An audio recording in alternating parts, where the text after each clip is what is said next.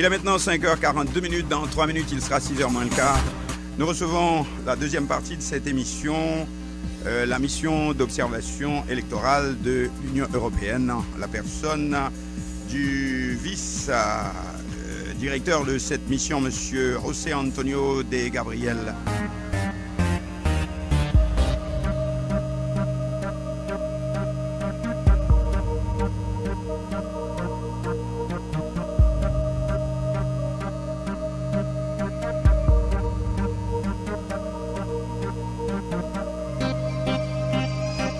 La mission d'observation électorale de l'Union européenne, l'une des plus importantes à observer, comme on dit, pardonnez l'anglicisme, ces élections. Et premier tour 9 août dernier, second tour, c'est dimanche 25 octobre et c'est d'autant plus important que les présidentielles auront lieu. Premier tour des présidentielles, premier tour des municipales, non, il n'y a qu'un seul tour pour les municipales, et second tour des législatives. Et la mission d'observation électorale est, si j'en crois les dépêches, déjà déployée, puisque déjà le 8 octobre, AHP écrivait: la mission d'observation électorale de l'Union européenne procède au déploiement de ses premiers observateurs. Et ensuite, la mission d'observation électorale renforcée. Et puis, nous avons de la coordination Europe-Haïti, ces observations pour la mission de l'Union européenne. Recommandation: rencontrer et écouter les missions d'observation électorale haïtiennes et appuyer leurs demandes.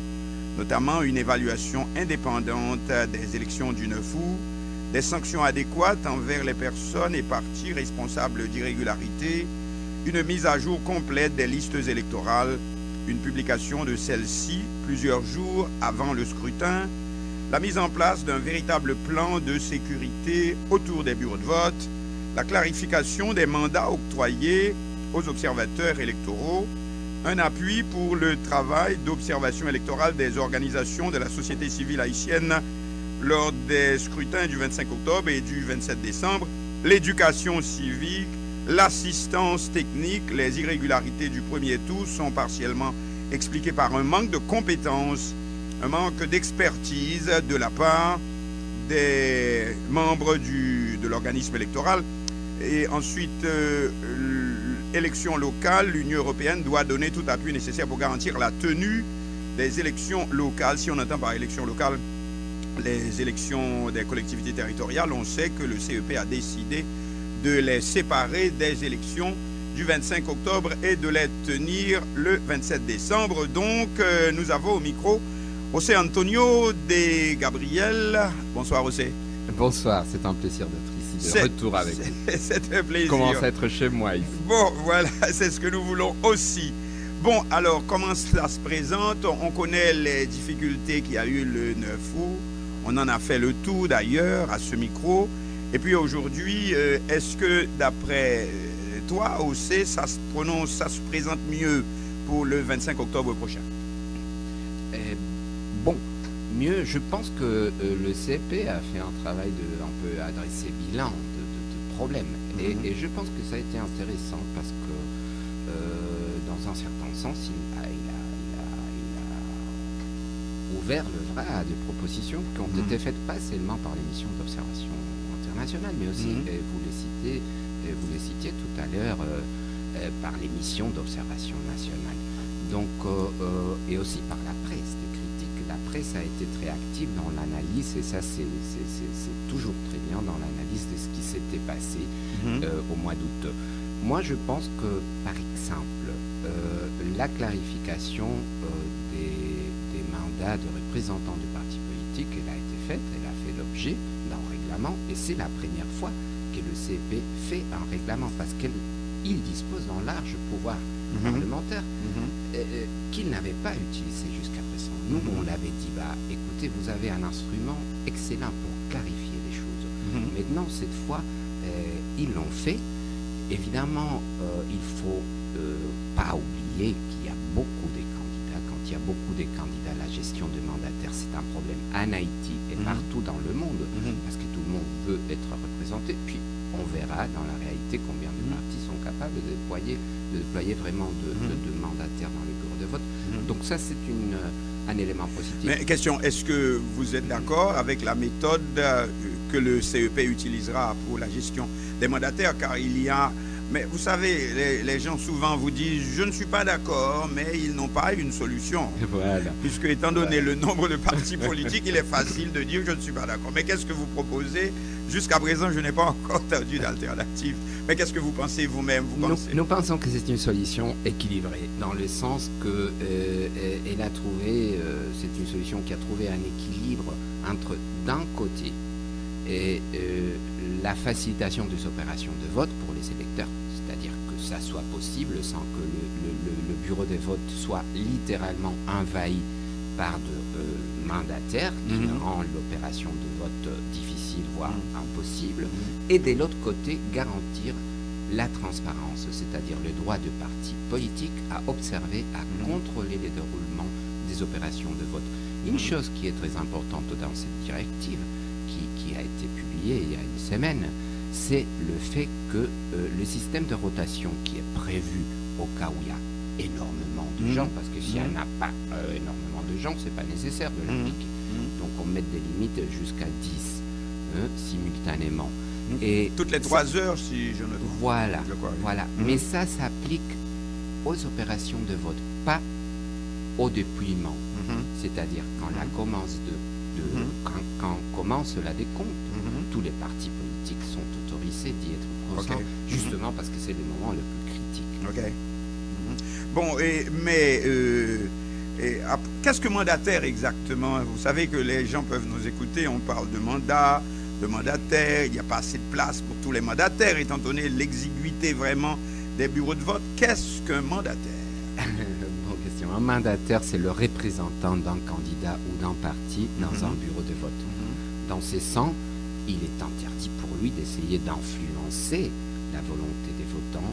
Il doit respecter le calme, l'ambiance sereine, les instructions. En quelque sorte, il est là pour ne rien faire.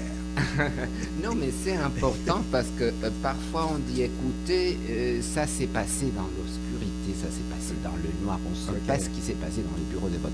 Justement pour éviter ces critiques et pour ouvrir le jeu, existe le mandataire. Mais ce n'était pas tellement la question des mandataires qui avait créé des problèmes. Le 9 août, il me semble que c'est une affaire d'observateurs, car il y a des observateurs et des observateurs. Certains observateurs étaient là, pas pour observer, mais pour faire campagne pour tel candidat ou tel parti. Est-ce que le CEP a pris des précautions cette fois-ci pour éviter ce problème? Énormément, jusqu'au point que maintenant le nombre d'organisations autorisées à observer, c'est une quinzaine, parmi lesquelles se compte celles qui avaient fait un travail sérieux observateur. Et est un élément qui pour nous est très important. La première chose qu'on a fait quand on a vu la liste qui séparait, disons, le vrai observateur de faux observateurs, c'est de voir si les organisations de la société civile qui avaient été les plus critiques vis-à-vis du conseil électoral étaient ou non sur la liste. Et pour notre joie, on a vérifié que les groupes d'observateurs nationaux les plus critiques sont dans la liste, ils sont autorisés, ils ont eu leurs accréditations. Bon, alors, donc, qu'est-ce qui fait problème maintenant? Parce que il y a toujours des gens qui contestent. Il y en a qui vous disent que ces élections, aujourd'hui, on ne peut plus dire que les élections n'auront pas lieu. Alors, on vous dit que de toute façon, ça va être un échec. Il y a des candidats qui annulent leur candidature. Il y en a qui font mieux. Ils se désistent en faveur de tel autre candidat. Ça, c'est bien et ça se passe un peu partout comme cela. Mais il y en a qui s'en vont. Il y a encore dans la rue, donc à cause de tout cela, il y a encore dans la rue une certaine inquiétude. D'après vous, ce que vous recevez comme information, faut-il encore y avoir des inquiétudes, savoir si les élections auront bien lieu dimanche prochain? On est à 3 jours, hein? Je pense que non. Et en fait, on l'avait déjà dit il y a plus d'un mois, la dernière fois qu'on s'était rencontrés dans ces superbes studios studio. Oui. Et vous m'avez justement posé la même question. Aura-t-il des sélections? Je vous avais dit, j'ai l'impression que oui. Espérons que la nature nous respecte, la météo et tout ça. Mais à part ça, on ne voit pas vraiment aucun indice du Qu'est-ce qui contraire. pourrait empêcher? Oui, mais et l'insécurité? Attention, jamais l'insécurité n'avait, selon des missions d'observation sérieuses, jamais l'insécurité n'avait été aussi élevée. Par exemple, on parle de ce qui s'est passé dans les quartiers de Cité Soleil. Évidemment, il y a controverse. Certaines organisations disent 30 morts. La police conçoit qu'il y a eu 15 morts, dont 2 faits par la police en rivalité avec des gangs. Parce que le problème, c'est que les gangs commencent à prendre vraiment une certaine ascendance. C'est presque chaque semaine que des policiers tombent. Donc la police, voici que c'est la police qui manifeste aussi. On a eu une manifestation de policiers pour protester, disant qu'on ne leur donne pas suffisamment justice. Est-ce que tout cela n'est pas de nature à inquiéter? Et évidemment, ça serait mieux que l'ambiance soit complètement calme. Mais n'oubliez pas que les sélections en Haïti et ailleurs se passent dans le pays. Donc elles doivent vivre avec les circonstances chroniques, permanentes du pays. C'est qu'il est à regretter, c'est vraiment cet état d'insécurité et qui prévaut dans certaines zones du pays. Et malheureusement, ce n'est pas seulement le cas d'Haïti. Si vous allez observer des sélections en Amérique centrale où l'insécurité est aussi grande, parfois même plus aiguë qu'en Haïti, on fait des sélections également. Donc il faut bien distinguer entre ce qui est violence électorale et ce qui est violence, disons, atmosphérique, la violence qu'on a tout le temps. Oui, mais ben, vous savez qu'en Haïti, on dit que cette violence qui n'est pas directement électorale, c'est de la violence électorale camouflée, puisqu'on accuse souvent, évidemment, on accuse souvent le gouvernement quand il y a un candidat du parti au pouvoir, mais on accuse aussi des groupes politiques de plus ou moins de manipuler les quartiers populaires, les gangs, pour créer une atmosphère trouble de nature, et nous allons y arriver, de nature à diminuer le taux de participation. Car ces élections particulièrement tournent spécialement autour du taux de participation.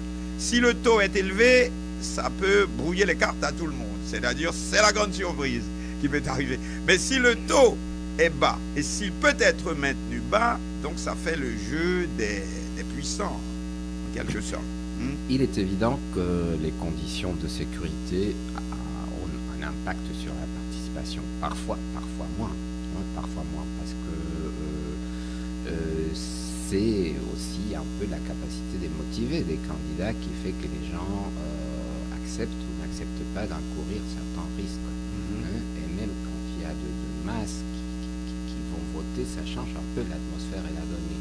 Il est clair que l'idéal, c'est que le dispositif de sécurité mis en place par la PNH, dans ce cas avec une intervention aussi de la part de la MINUSTAH, plus ouverte, plus directe, plus claire, ça a été communiqué de manière assez claire, et soit capable de garantir dans la plus grande mesure possible l'assistance de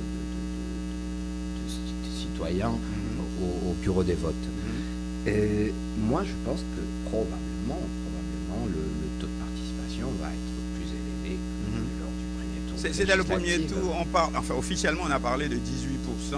Probablement c'était un peu plus parce que un peu plus de 18%. Un peu parce que le voix qui n'ont pas le voix qui ne sont pas parvenus au centre de tabulation n'ont pas été comptés comme participation, ça d'un côté. Et de l'autre côté, comme vous le savez, malheureusement, le registre électoral, il est relativement surestimé. Il surestime la population parce qu'il n'a pas été renouvelé. Il y a toujours de victimes du tremblement des terres qui sont toujours là, etc. Mais bon, en tout cas très bas. Mais vous savez que dans la tradition haïtienne, quand on a un premier tour de législative sans premier tour de présidentiel, le taux de participation est généralement très bas. Oui, qu'est-ce que vous pensez de ce communiqué du Conseil électoral? Parce que tout le monde essaie d'y mettre des siennes, le gouvernement, en donnant à la police nationale plus de moyens, plus de véhicules, 40 véhicules ont été remis cette semaine par le Premier ministre à la police nationale d'Haïti, en plus des 200 reçus, je crois, précédemment.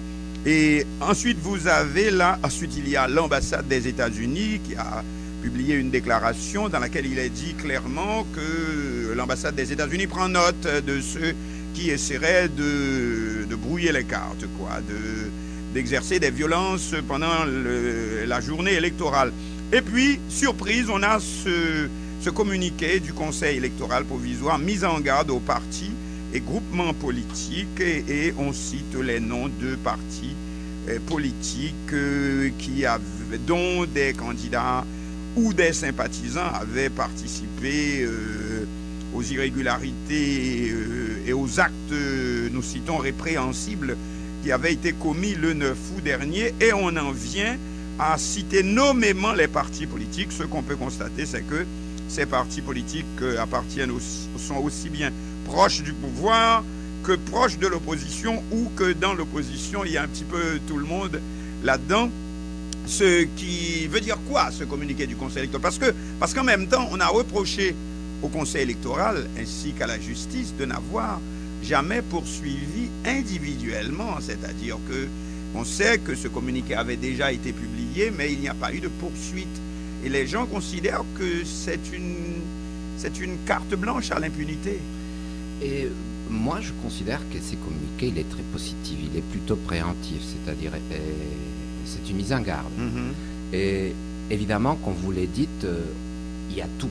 Il y a le pro-gouvernement, l'opposition, les différentes oppositions, tout le monde est plus ou moins représenté. Ça avait été aussi le cas pour les radiations. C'est-à-dire, vous savez, ceux qui nous écoutent peuvent se rappeler que après les élections, le CEP a décidé de radier certains candidats parce qu'il considérait qu'il avait participé à l'organisation de troubles pour en tirer un bénéfice électoral. Et là aussi, il y avait un peu toutes les sensibilités représentées. Nous pensons que c'est positif, et il ne faut pas oublier que c'est la première fois que c'est fait ça en Haïti. Par les passés, on le fait, c'est pas par les passés, c'est confessé, c'est simplement on passait au procureur, au commissaire d'État. Oui, il n'y a jamais eu de radiation, mais il y a eu des cas où les élections ont été refaites. Tout à fait. En 2010, je crois. Tout à fait. Tout à fait. Dans certaines circonscriptions, ça a été le cas aussi. Et cette fois, et même si puis après le contentieux, il a changé quelques décisions, mais concernant notamment l'Artibonite. Oui. Mais n'oublions pas que c'est la première fois que le CEP a la capacité et l'exerce de radier des candidats directement. Il y a eu de dénonces, donc c'est au commissaire d'État d'entreprendre le nécessaire pour que justice soit faite. C'est un problème. Ce que le CEP a dit d'ailleurs précédemment dans une précédente déclaration, où le Conseil électoral a dit « Moi, j'ai fait mon travail, maintenant c'est à la justice, c'est au chef du parquet de faire leur travail, d'exercer les poursuites. » Et malheureusement, on a, comme on le sait pas seulement dans les domaines électoraux, un problème en Haïti, dans d'autres pays, d'impunité. C'est-à-dire, on commence, on va au parquet, et puis finalement, rien ne se passe. Tôt ou tard, le cas se défait, se défigure, s'annule, se perd dans le brouillard. Ça, c'est mauvais, parce que l'une des fonctions du droit pénal, c'est justement d'envoyer un signal fort à la communauté de ce qui est toléré, de ce qui est intolérable. Et nous avions dit lors de notre la mission, on l'a dit après les premières élections, et on l'a dit ici aussi, qu'un des éléments de la culture politique qui pèse trop sur la réalité politique du pays, c'est cette culture de violence électorale, c'est-à-dire attaquer, chercher l'annulation de résultats dans certains bureaux de vote pour en tirer un bénéfice électoral. Mobiliser la rue pour forcer un certain résultat après les élections. Il faut mobiliser la rue avant les élections, en forme d'enthousiasme, en forme de support, mais pas après. Après, il y a le voie légal. Mais je pourrais vous poser la question. Haïti n'est pas unique en son genre. Est-ce que vous avez connaissance de ce qui a pu être fait ailleurs, où la même situation de violence électorale existait? Par exemple, dans des pays d'Amérique latine, je pense comme le Pérou, mais c'était des années où il y avait aussi... la guérilla. Exactement. Bon, de la violence électorale, il en existe un peu partout. Ce sont des modalités différentes. Mais cette modalité haïtienne de chercher l'annulation des résultats dans certains bureaux de vote, c'est allé très loin. C'est allé très loin. Ça se répète élection après élection. Et on a l'impression que ça se gâte de plus en plus aussi. Et nous espérons que des mesures comme celles qui ont été adoptées par le CEP, c'est-à-dire la radiation, la mise en garde, etc., mais l'idéal, ça serait que ça vienne accompagné par une action effective de la justice à l'encontre de fauteurs de troubles qui ne cherchent que leur propre intérêt tout en oubliant les intérêts généraux du pays. Est-ce qu'il n'arrive pas un moment où cette prévention des violences électorales ne devrait pas faire partie du décret électoral? Est-ce qu'il n'y a pas un moment où il faut légiférer tout cela?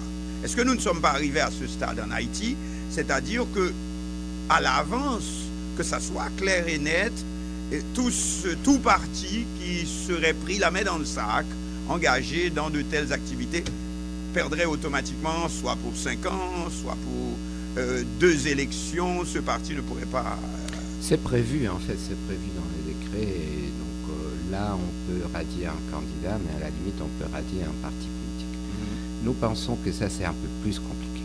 D'abord parce que dans la nature de partis politiques tels qu'on les connaît en Haïti, ils sont énormément décentralisés. Donc ça serait parfois injuste de responsabiliser, je ne sais pas, le candidat à la présidence de faits commis par un tel candidat municipal ou par un tel candidat à la députation à Cap-Haïtien ou dans le sud.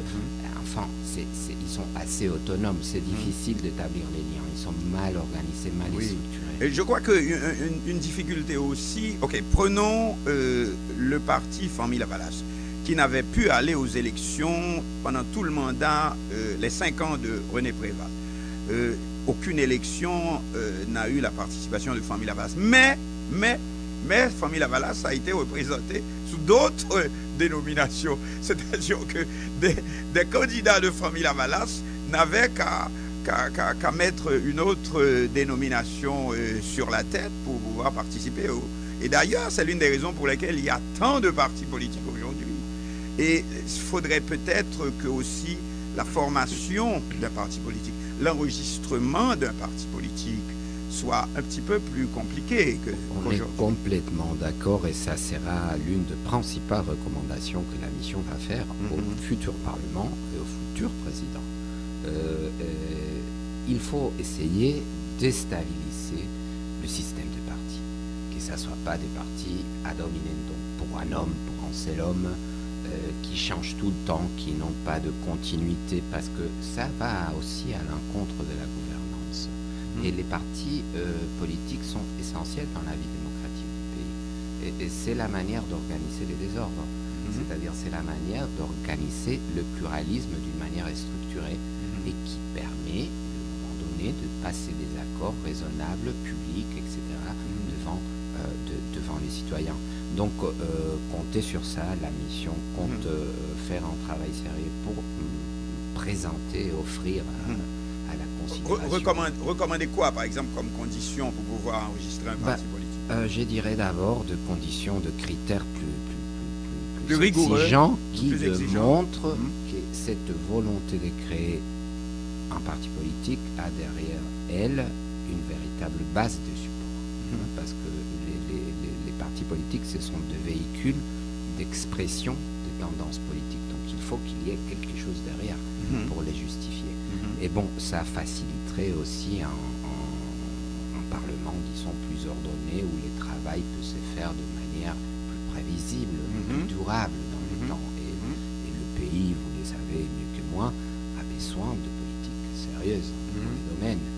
Pour ça, il faut une certaine stabilité dans le Parlement, parce que le Parlement, dans la Constitution, dans les constitutions haïtiennes, a des pouvoirs énormes, aussi bien la Chambre que le Sénat. Absolument, dans notre Constitution actuelle. Mais il peut-être en plus de la constitution des partis, on pourrait penser aussi au financement des partis. Comment un parti politique se finance? qu'est-ce qui régule le financement des partis? Un parti politique peut-il obtenir le plus de fonds que possible, ou bien y a-t-il une certaine régulation de façon à établir un équilibre? Il me semble qu'il n'y a rien dans le décret à ce sujet. Oui, il y a des normes. Donc il y a d'abord le financement public, et puis après il y a des mesures de transparence. Mais c'est vrai que c'est assez généré dans ce qui concerne le seuil, le plafond de financement. C'est-à-dire ici, dans la pratique, soyons clairs, il n'y a pas de plafonnement de dépenses. C'est-à-dire que... Privé, nous voulons dire. Privé, voilà. Et... parce que vous savez, beaucoup pensent qu'il y a des partis politiques qui existent uniquement pour la subvention gouvernementale. Oui, cette année... En Haïti et dans beaucoup d'autres pays. Bon, un peu moins de 2 millions de gourdes, c'est pas beaucoup, mais ça dépend du nombre de membres. Oui, mais ils avaient aussi le frais d'inscription qui était assez élevé, donc une chose pour l'autre. Donc je pense que c'est important en ce qui concerne le financement de partis politiques, qui est une affaire très compliquée dans tous les pays, c'est-à-dire ici, mais aussi en Espagne, en Allemagne, en France. On a eu des présidents qui ont dû quitter le pouvoir à cause de scandales. Il y a un ancien président français qui justement... Et dans d'autres, en Allemagne, par exemple, on l'a eu aussi avec notre président chancelier très connu, très important. Et ces problèmes de financement de partis, c'est vraiment une épidémie de démocratie. Il y a des systèmes qui marchent mieux, mais j'insiste, c'est très lié à la culture politique. Comment ils font? Le système américain, c'est pas plafonné, c'est-à-dire là, c'est basé sur un élément important qui est la transparence des fonds. C'est-à-dire tu peux recevoir sans limite, mais il faut que ce soit vérifiable, un peu comme pour le lobbying. Ce qui fait que les élections aux États-Unis coûtent de plus en plus cher. De plus en plus cher. En fait, il y avait une loi qui avait été promue par le président Obama au début de son premier mandat, qui établissait de plafonds de dépenses. Et elle a été déclarée inconstitutionnelle par la Cour suprême, parce qu'elle considérait que ça allait à l'encontre de la liberté. Oui. Donc ça a été quelque chose qui a fait beaucoup de bruit, parce que ça aurait représenté une révolution dans le système électoral nord-américain. Mais la vérité, c'est qu'il y a énormément de modèles. Mais il y a comme une fierté à dire aux États-Unis. Par exemple, on vous dit que Jeb Bush, il a récolté beaucoup plus de dizaines de millions. Mais c'est comme si justement, c'est les États-Unis. S'il a pu récolter autant de millions, c'est qu'il a d'autant plus de partisans. Et puis parfois on voit que c'est pas le cas. Donc c'est-à-dire c'est ici un peu quand on dit moi j'ai 20 000 mandataires. Donc je prie que les autres puissent. Ouais, d'accord, c'est possible. C'est un indice d'organisation, mais c'est pas forcément un indice de voix. Mais si l'on veut faire une proposition, sans doute dans votre rapport, à propos de financement des partis, il faudrait établir un certain équilibre. Qu'est-ce que vous auriez proposé, par exemple, par rapport à tel pays? Nous pensons qu'il y a certains pays, même en Europe, qui ne laissent pas crever le plafond, comme cela se passe aux États-Unis, par exemple. Et oui, il y en a beaucoup. Ça, c'est une option. Mais surtout, moi, je miserais à ce stade sur la transparence, sur le fait qu'on sache d'où vient l'argent. Parce que n'oublions pas qu'il y a le soupçon que dans le système politique haïtien, comme dans beaucoup d'autres pays, ce qu'on appelle l'argent sale. Il y a une entrée d'argent sale, un argent corrompeur qui peut amener un pays à prendre de très mauvaises décisions. Donc alors, c'est quelque chose de très important, miser sur la transparence. Et pour ça, il faut des contrôles. Et contrôler les dépenses de campagne, c'est très difficile. Je crois, oui. C'est très difficile. Et surtout, il faut contrôler avant. C'est-à-dire contrôler après, c'est moins intéressant. Et contrôler la réalité. Et contrôler la réalité, c'est-à-dire, le parti, il te présente une comptabilité. Ça, c'est une chose. Alors, tu peux l'accepter ou non. Mais c'est sur la comptabilité que tu vas juger. Et il y a un autre modèle qu'on a essayé, par exemple, en Tunisie, et c'est assez complexe, et c'est vraiment faire un audit des dépenses réelles. On a envoyé des gens aux centres de campagne pour estimer les coûts, etc. Et puis on fait l'addition. C'est vraisemblablement, vous avez dépensé beaucoup plus de ce que vous avez déclaré, etc. etc. C'est une option. C'est compliqué. Moi, je pense qu'il faut commencer par ce qui est faisable. La chose qui serait faisable, c'est vraiment faire des demandes claires de transparence sur l'origine de fonds. Parce que le problème que vous avez, par exemple, il y a une dépêche cette semaine qui disait que 158 familles contrôlent l'élection aux États-Unis. 158 familles financent ça. C'est extraordinaire. Or, le problème, c'est que dans un pays comme Haïti, c'est antidémocratique. On ne peut pas laisser 10 personnes, voire même 5 en Haïti, contrôler le financement, non seulement d'un parti, mais des partis. Ce qu'il faudrait faire dans ce cas-là, c'est limiter la cotisation individuelle, c'est-à-dire on peut individuellement donner tant, mais on ne peut pas aller au-delà. Oui, établir de limites pour les donations privées. Et puis, il faut être en mesure de les contrôler, c'est-à-dire qu'elles ne se font pas sous la table, parce que, évidemment, les normes, faire des normes, c'est simple, et puis garantir qu'on les obéit, c'est bien plus compliqué dans la pratique. On n'a pas tellement parlé de financement, sauf pour dire cette année que il y en a qui ont émis ces recommandations que pas d'argent dominicain, étant donné le problème qu'il y a actuellement, c'est surtout cette affaire de commerciale, cette querelle commerciale. Attention à l'argent dominicain dans les élections en Haïti. Évidemment, c'est arrivé déjà et on comprend. Maintenant, voilà, parenthèse fermée pour le financement. Il y a deux phénomènes particuliers qui ont fait leur apparition et qui deviennent de plus en plus présents. Ce sont les sondages. Et ensuite, ce sont les débats. Les sondages, les Haïtiens ne font pas encore confiance aux sondages. Qu'est-ce que vous pensez vous-même? Écoutez, les sondages, ils font partie de la démocratie moderne. Ah oui, mais il y a sondage et sondage. Il y a sondage et sondage, bien sûr. Donc, les sondeurs, ils ont présenté leurs résultats. Maintenant, avec un peu de mémoire et en regardant la presse, après les élections, on va pouvoir les évaluer. donc c'est à l'avenir qu'on reconnaît les bons sondages.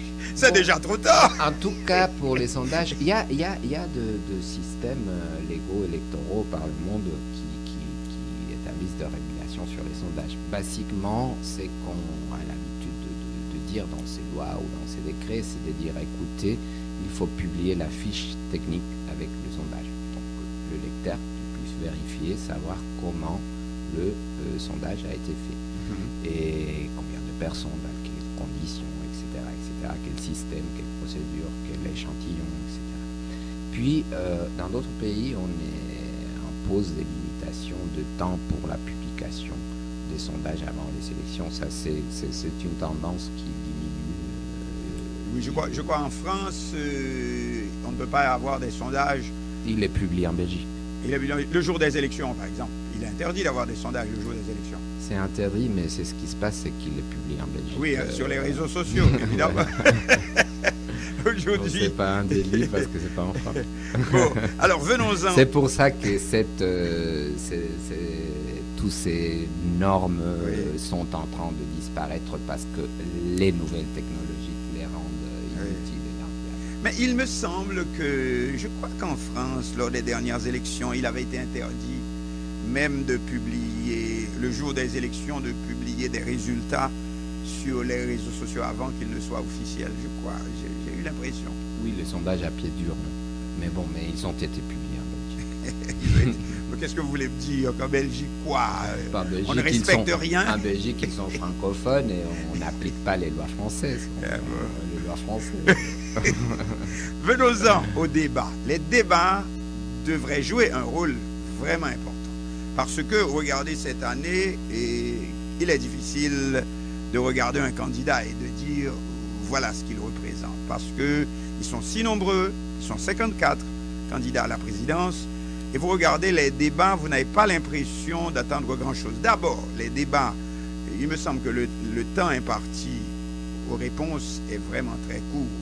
Parce que vous posez une question, avant que la personne n'ait réfléchi, c'est déjà terminé. Donc moi, personnellement, heureusement, je ne serai jamais candidat. Pour ne pas être soumis, c'est une vraie torture. Ah, vous auriez des chances. Oh non, pas au débat. Pas au débat. Mais on n'a pas l'impression que les débats... Parce que les débats, ici, il me semble que c'est parce qu'il y a trop de candidats aussi, que le temps de réponse est vraiment trop court. Vous voyez les débats à la télévision américaine, par exemple, il y a beaucoup de débats cette année, aussi bien dans le camp républicain que dans le camp démocrate. Vous arrivez quand même à vous faire une idée. Enfin, tout le monde sait ce que pense aujourd'hui Donald Trump. Par exemple, il ne peut tromper personne. On a fini par... Qu'est-ce que vous pensez? Quelle est votre opinion? Je pense que les débats sont très importants. Et c'est vrai qu'il y a de plus en plus de formats un peu plus dynamiques, un peu plus modernes, de choses faites en dehors des studios. Où, évidemment, il faut faire un choix des candidats pour rendre la chose intéressante. Si tu as 8 candidats, c'est difficile que ça soit vivant. Vous l'avez dit. Donc, je pense, je reviens à la chose, le renforcement du système de parti, dans le sens que le panorama, le paysage politique du pays soit de plus en plus clarifié, compréhensible, lisible pour les citoyens, avec une certaine continuité dans le pluralisme, mais organisé, ça a beaucoup d'avantages. D'un côté, un parti organisé, c'est plus fort et c'est plus résistant aux pressions de forces externes à la politique qui essayent d'influencer leurs décisions. D'un autre côté, il peut y avoir une continuité, une ligne et créer une culture, une tradition de dialogue, de coopération avec des autres forces politiques qui renforcent la gouvernance. Et aussi, ça a un grand avantage. Ça laisse clair c'est quoi les candidats qui sont importants et les autres qui sont là un peu des candidatures qu'on pourrait appeler un peu fantaisistes, etc., qui n'ont pas l'intention de dépenser de l'argent pour faire une campagne, d'investir, qui n'ont pratiquement pas de gens derrière eux. Donc les gens, ils se rendent compte de tout ça. Ils se rendent compte qu'il y a des gens qui font campagne, des gens qui ne font pas campagne. D'après nos observations, on a vu qu'une campagne à l'échelle nationale, ce qui nous disaient nos observateurs qui étaient partout dans le pays, et ça ne concernait que 10 candidats à la présidentielle. C'est-à-dire seulement 10 candidats à la présidentielle avaient été en mesure de mener une campagne nationale. Donc ça dit beaucoup, parce qu'on en avait plus de 50. On a l'impression, particulièrement cette année, de l'importance du rôle de ce que vous avez dit, la société civile. Nous entendons par là les missions d'observation, qu'elles soient nationales, qu'elles soient internationales, la presse, les médias. On a l'impression que si on laissait les candidats, les leaders politiques tout seuls, ça finirait très mal. Et donc, pensez-vous que ça peut aider? Probablement, puisqu'on a vu que cette année, si on peut arriver quand même jusqu'à la date du 25 octobre, c'est le rôle positif joué par l'observation, mais d'une manière générale, aussi bien des missions d'observation que de la société civile, que de la presse. Mais est-ce qu'il n'y a pas un danger que cela finisse par remplacer finalement la politique? Est-ce que la politique, c'est pas également les politiques? Vous voyez ce que je veux dire? C'est-à-dire l'influence de ce qui est en dehors de la politique en ce moment devient tellement forte qu'on dirait que s'il n'y avait pas ces observateurs, cette observation, les politiciens, eh bien, ça finirait très mal. Et comme si... J'espère que non. Mais cette question parle d'une chose essentielle de laquelle qu'on a déjà touché, mais qui est essentielle. C'est la capacité du système politique de motiver les électeurs, c'est-à-dire d'offrir des choses que eux peuvent croire et suivre et appuyer à travers le vote. Donc c'est pour ça qu'il est tellement important le taux de participation et les gens s'expriment aussi. quand ils ne votent pas. Ce que je veux dire, c'est qu'en même temps, il peut y avoir un effet négatif, c'est-à-dire vous critiquez le 9 août, par exemple. C'est ce que nous faisons, nous, dans la presse. On relève tout ce qui a été négatif. Ça peut avoir un effet psychologiquement négatif aussi sur les lecteurs. Et voyez-vous, est-ce qu'il existe... Oui, mais la victime principale des critiques du 9 août, c'était le CEP, non? Bon, parfois récent, bon, il a bougé.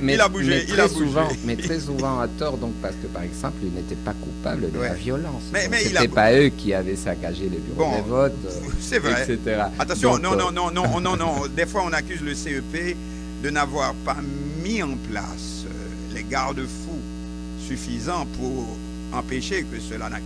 Ou bien la police nationale aussi.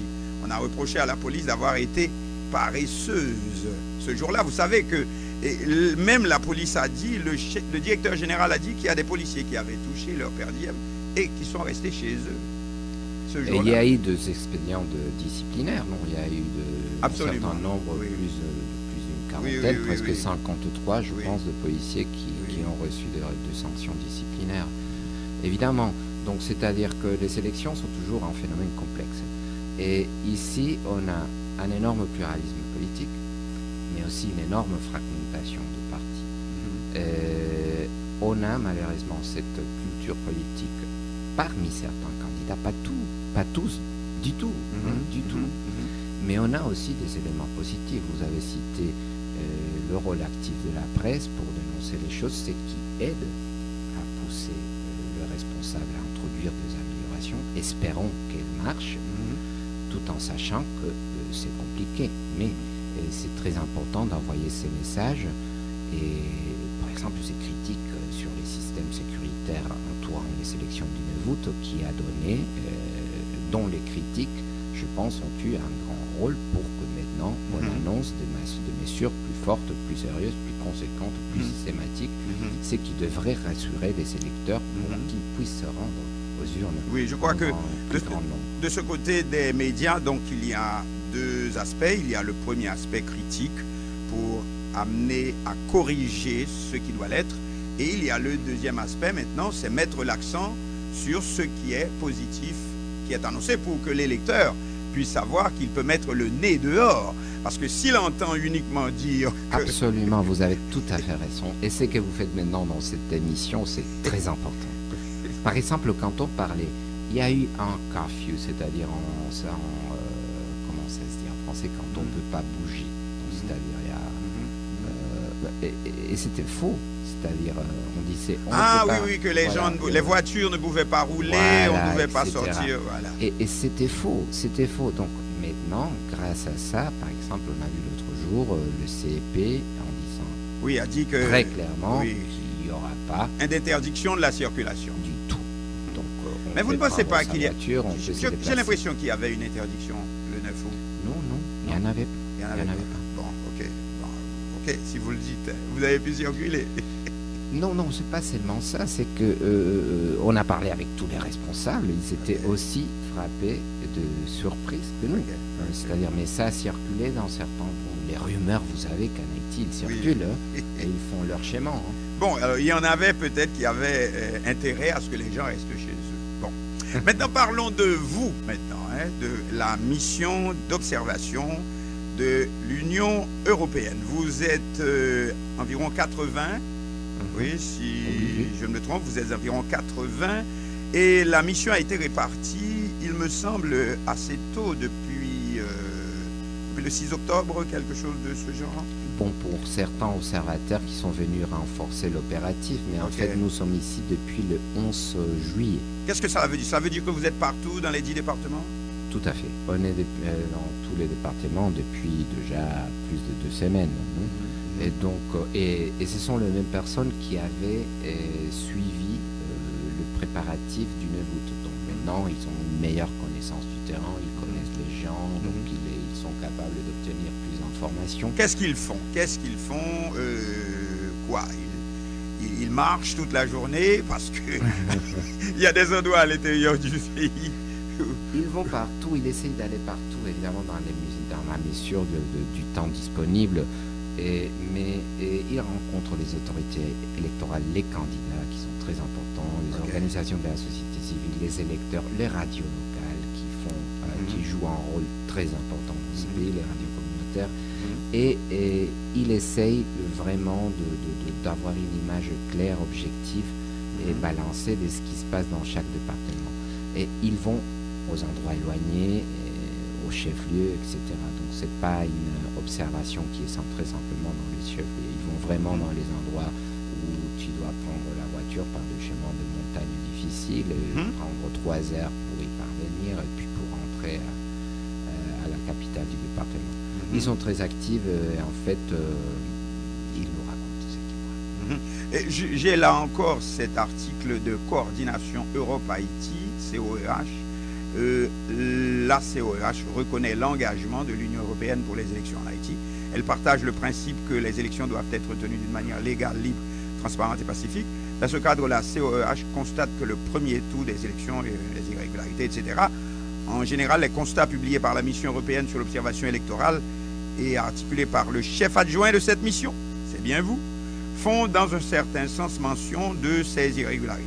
Cependant, selon la COEH, la conclusion de la mission européenne que le premier tour était un pas essentiel vers une démocratie plus solide est trop positive. On avait commenté ça déjà la dernière fois. Trop positive. Non, écoutez, c'est bien plus positif que le fait qu'on ne fasse pas des élections. N'oublions pas qu'en Haïti, il y a un problème sérieux de périodicité des élections. Donc, la Constitution dit élections tous les 5 ans pour les sénateurs, tous les 2 ans, etc. Et on a vu qu'il y avait pas mal d'organes constitutionnels qui devenaient dysfonctionnels, justement parce que le pays n'arrivait pas à organiser des élections. Quand on est arrivé à ces élections, il ne restait qu'un tiers des députés et le président qui étaient élus. Le reste, il n'y avait plus des élus, il n'y avait plus de chambres de députés, il n'y avait plus de maires élus dans les municipalités, donc la situation était intenable. 2 tiers du Sénat étaient partis. Alors comment? Et puis, n'oublions pas que ces élections se sont passées dans la préparation de ces élections n'a pas été facile. Il y avait plein de monde qui pensait qu'elles n'auraient pas lieu. Vous-même, vous me l'avez demandé avant les élections précédentes. Et il y avait des gens qui disaient elles ne peuvent pas avoir lieu. Et donc, encore prolongé, l'instabilité a encore prolongé cet état de non-élection. C'était pas positif. Donc, ces premiers pas qui a été avec ces imperfections, avec ces irrégularités, avec la violence provoquée basiquement par des candidats qui cherchaient à obtenir un petit peu de tous les camps, un peu un certain bénéfice, avec l'impact des gangs qui agissent dans certaines zones en rendant difficile la participation politique, donc avec beaucoup d'éléments complexes et difficiles. C'était bien un premier pas et un pas important parce que ça nous faisait sortir de l'impasse. Donc, inutile de vous demander si vous êtes pour le gouvernement de transition. Vous êtes contre? Tout ce que je veux dire, les observateurs, nous n'avons pas de préférence politique. Je ne vous crois pas. Nous sommes nés comme ça, dans l'absolue neutralité, mais en tout cas, ce que je peux vous dire, c'est que je n'ai pas trouvé dans la Constitution la figure du gouvernement. Ah bon? Les constitutions, comme disait, je ne sais plus moi, comment il s'appelait, les constitutions, c'est fait pour être violé. Bon, alors on dit aussi que la mission d'observation aura à observer la campagne électorale, le rôle des médias. Qu'est-ce que vous avez tiré du rôle des médias? Le rôle des médias, c'est que nous avons vu, on va présenter le résultat du monitoring qui a été dirigé par Javier Gutiérrez, qui est ici à côté de moi. Ah, salut Javier. Oui. Donc, nous montre des conclusions intéressantes. Je peux vous avancer un peu sans introduire le scoop qu'on va présenter mardi prochain. Okay. En général, c'était en panorama pluraliste, c'est-à-dire que toutes les sensibilités, tous les candidats qui vraiment ont fait campagne ont eu accès aux ondes, ce qui est très important, et surtout aux médias écrits. Et bien, il y en a eu certains médias qui ont présenté une préférence claire vis-à-vis de certains candidats. Donc, on est en train de finaliser les statistiques. Le dernier jour de la campagne sont fondamentaux parce que c'est là que les candidats s'investissent vraiment. Donc, on ne veut pas présenter les résultats maintenant parce qu'ils peuvent varier d'ici à la fin de la campagne, mais on les présentera en détail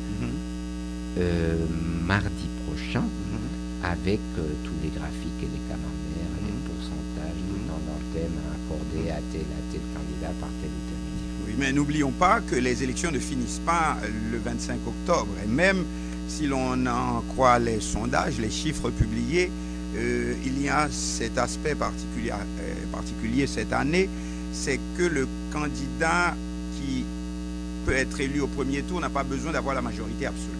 Il suffit qu'il y ait 25% de différence entre lui et son plus proche poursuivant. D'après les sondages publiés, nous n'avons pas l'impression qu'aucun puisse avoir ces 25%. Alors les sondages, on en croit ce qu'on veut, mais je n'ai pas l'impression qu'aucun candidat, que ce soit un tel ou un tel, nous ne voulons pas citer de nom, et ce 25% est réglementaire.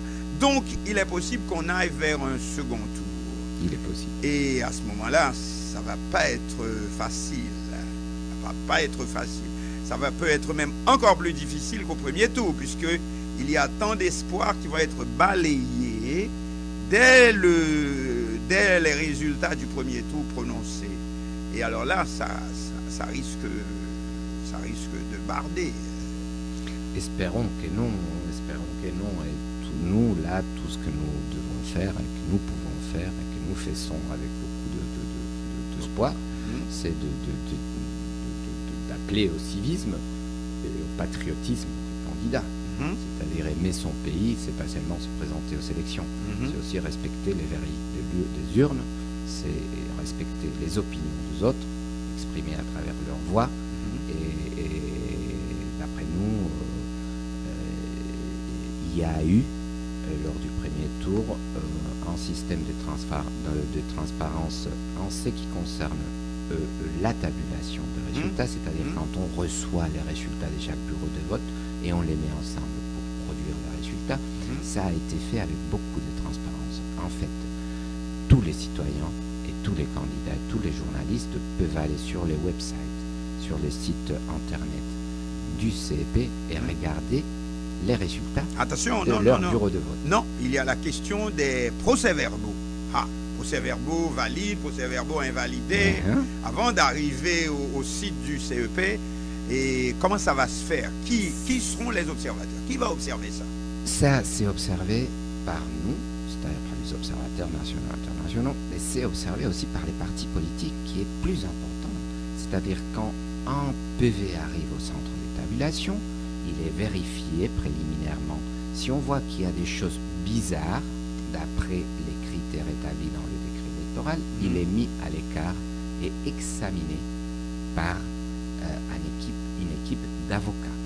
Mais les partis politiques ont accès.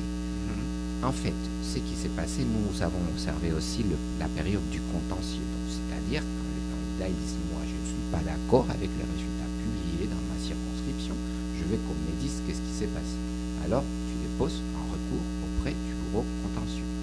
Alors, dans certains cas, les plus compliqués, on est arrivé jusqu'au bureau contentieux national, ici à Port-au-Prince, et donc les candidats sont allés avec le membre du bureau de contentieux pour voir les procès-verbaux de leur circonscription, ceux qui avaient été acceptés, qui sont publiés sur le site internet, et ceux qui n'ont pas été admis parce qu'ils présentaient des problèmes graves d'après les critères du décret électoral. Nous étions là et nous avons vu que les candidats, ils disaient bon, d'accord, c'est bien, c'est raisonnable. Donc, la transparence, elle est phénoménale. Elle est phénoménale parce qu'elle donne de la crédibilité à l'application des résultats. On sait qu'en Haïti, comme dans beaucoup d'autres pays, il y a une certaine méfiance vis-à-vis des résultats publiés. Et sans doute, il y a des raisons pour ça. Oui, le passé aussi. Tout à fait. Exactement, le passé. Voilà. Maintenant, c'est que nous avons vu, comme nous disons toujours, jusqu'à présent, parce que nous ne pouvons pas anticiper ce qui va se passer après. Et en ce qui concerne l'agrégation de résultats et la transparence du processus d'agrégation de résultats, ce qui est très important, c'est bien passé. Nous avons même vérifié nous-mêmes la qualité des résultats publiés. Et c'était bien. Alors, nous pensons et nous animons et nous encourageons le Conseil électoral et surtout les centres d'étabulation et ses responsables à maintenir le même cas pour les prochaines élections. Comme ça, s'il y a des résultats serrés ou des candidats qui disent qu'ils ont dépassé les 25%, pour voir si c'est vrai ou c'est pas vrai, parce qu'évidemment, ça, c'est la source de plus graves problèmes visibles. Par exemple, un candidat qui dit « moi, je veux 25% de différence par rapport au deuxième », et le résultat dit que non, ou vice-versa. Ou si la distance entre le deuxième et le troisième est très serrée pour un éventuel deuxième tour. Ça, c'est problématique. Ça l'a été dans le passé. C'est pour ça que le CEP et surtout les centres d'étabulation doivent continuer à faire preuve de transparence, à dire à tout candidat, regardez, ce sont les papiers, vous pouvez les voir, etc., etc., parce que les affrontements dans la rue ne sont pas la solution. Est-ce que ça a été une bonne idée d'après la mission d'observation de lieu? Est-ce que ça a été une bonne idée, vu vos expériences d'ailleurs, cette règle de 25%, plutôt que de garder la formule habituelle de la majorité absolue? Oui, mais bon, ça a été une décision de la réforme constitutionnelle. Donc, oui. alors, il y a tout genre de systèmes dans le monde. Oui. C'est comme pour ne pas favoriser le deuxième tour. Vous voyez ce que je veux dire? C'est-à-dire que limiter le nombre d'élections, mais ça vient compliquer les choses.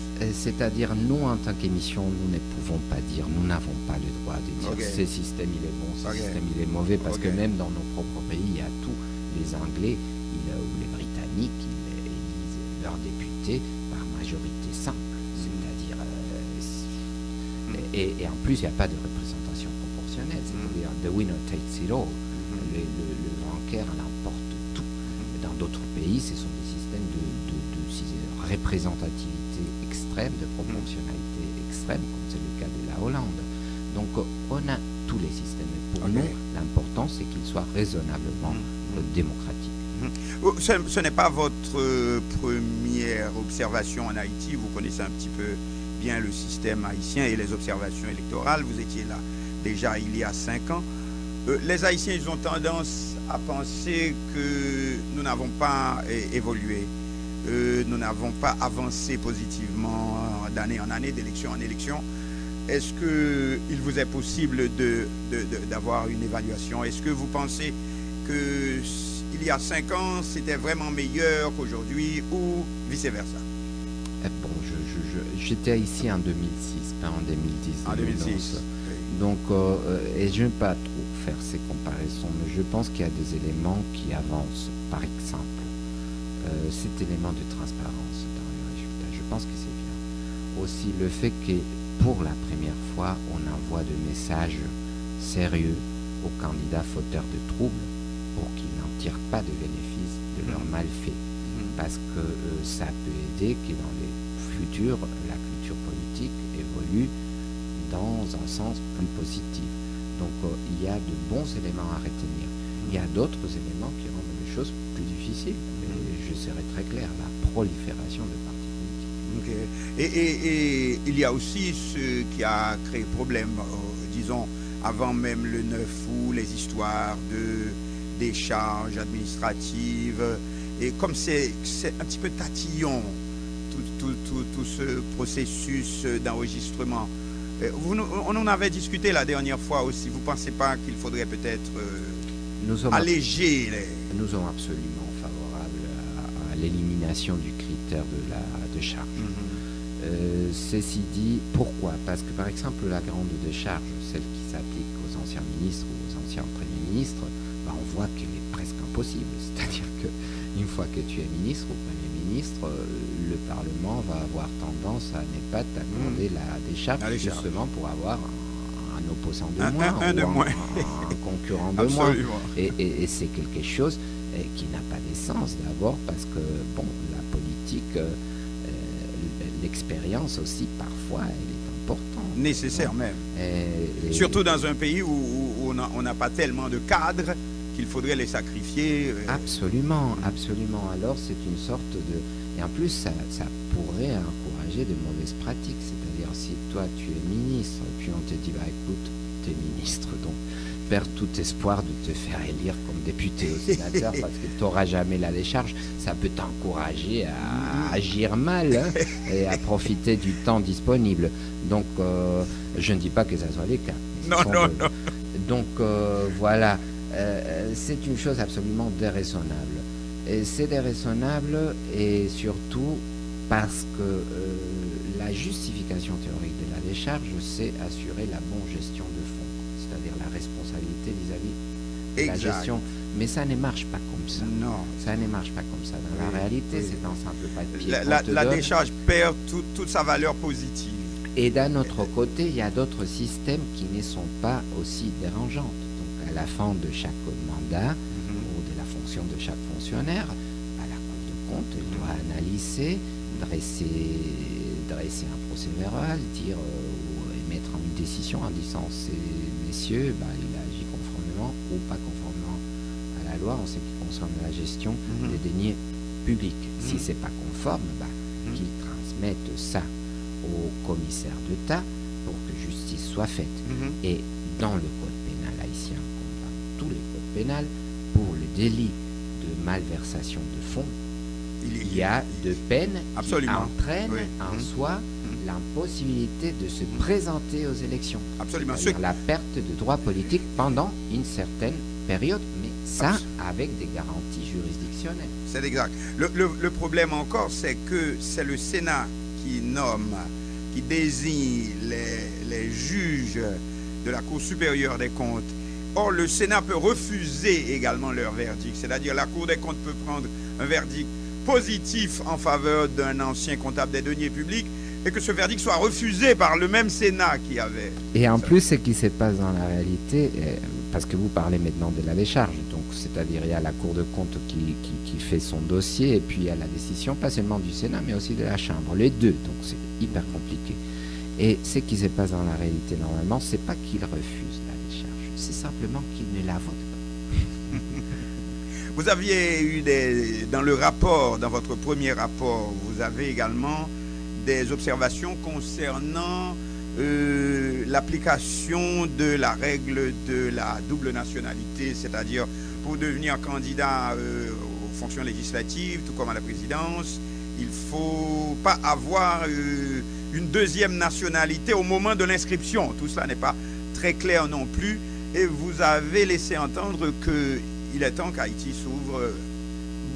C'est pas ça, c'est pas une recommandation aussi forte que celle de la décharge. Je dirais que ce qu'on avait dit l'autre jour, c'est que ça serait peut-être positif si un débat sur ça s'ouvrait dans la société et dans la politique haïtienne. Et pourquoi? Parce que Haïti a fait un premier pas. Maintenant, quand tu es haïtien de la diaspora, tu peux voter.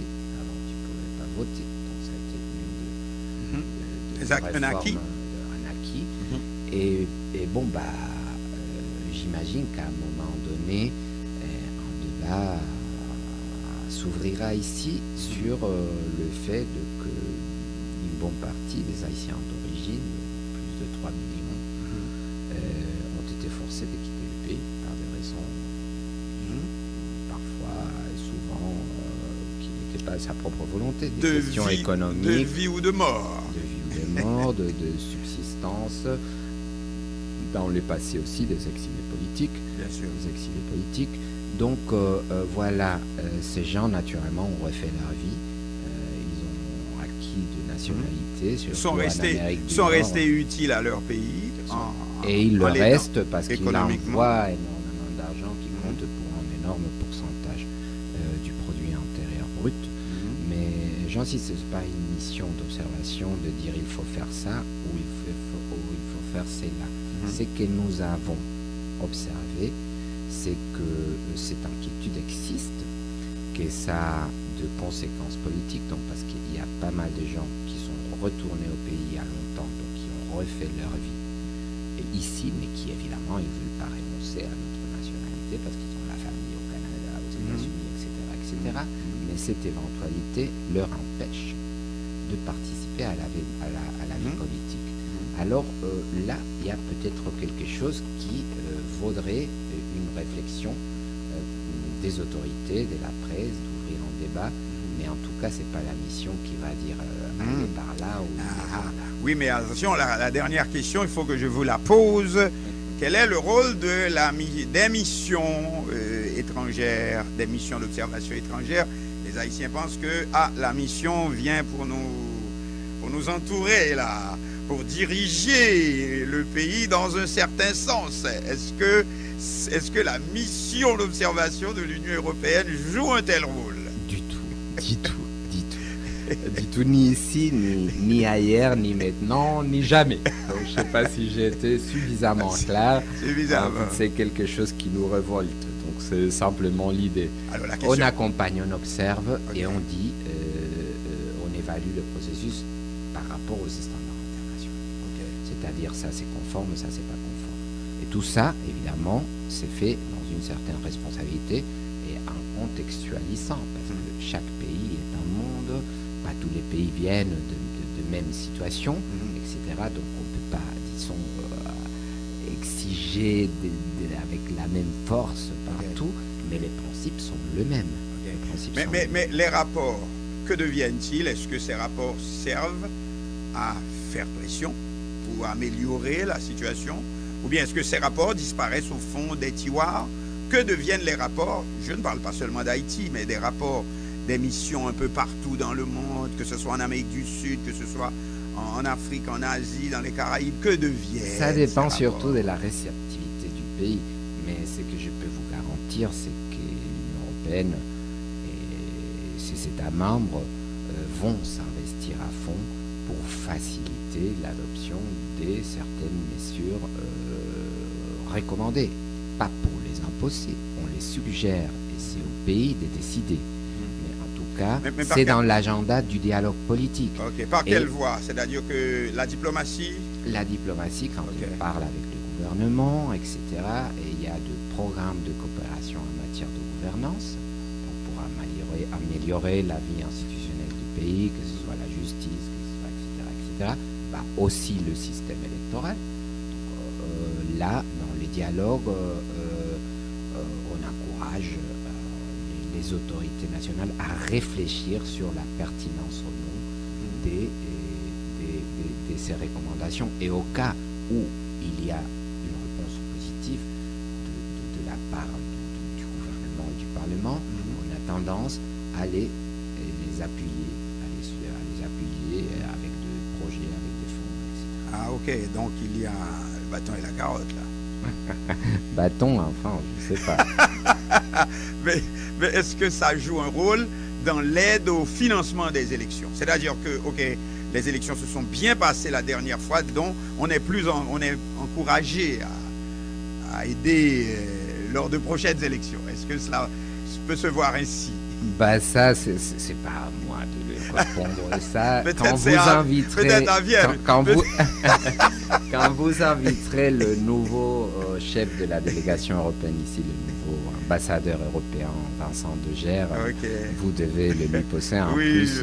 Je le travaillerai. Et je lui dirai que c'est de ta part. Merci. C'est un vrai plaisir de Plaisir, comme d'habitude. Merci José, merci Avienne. Notre invité, José Antonio de Gabriel, il est directeur adjoint de la mission d'observation électorale de l'Union européenne.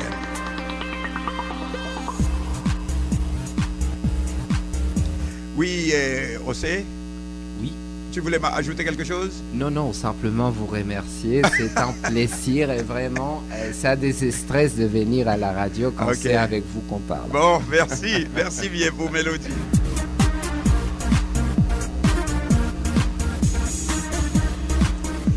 Eh bien, dans 5 minutes, il sera 7 heures. Nous vous laissons passer une excellente soirée avec vos plus belles mélodies sur Mélodie. Et je vous retrouve demain matin à 7 heures à Mélodie Matin. Excellente soirée. J'écoute Mélodie FM.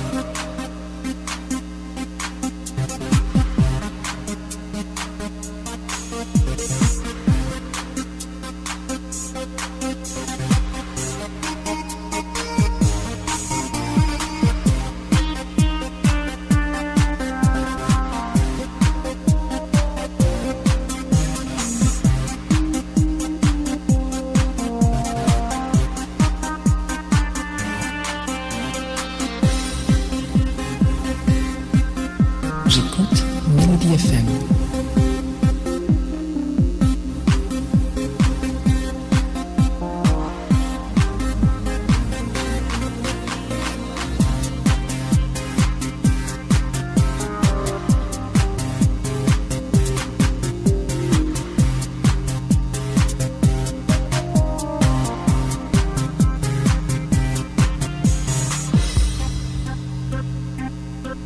Mélodie 103.3 FM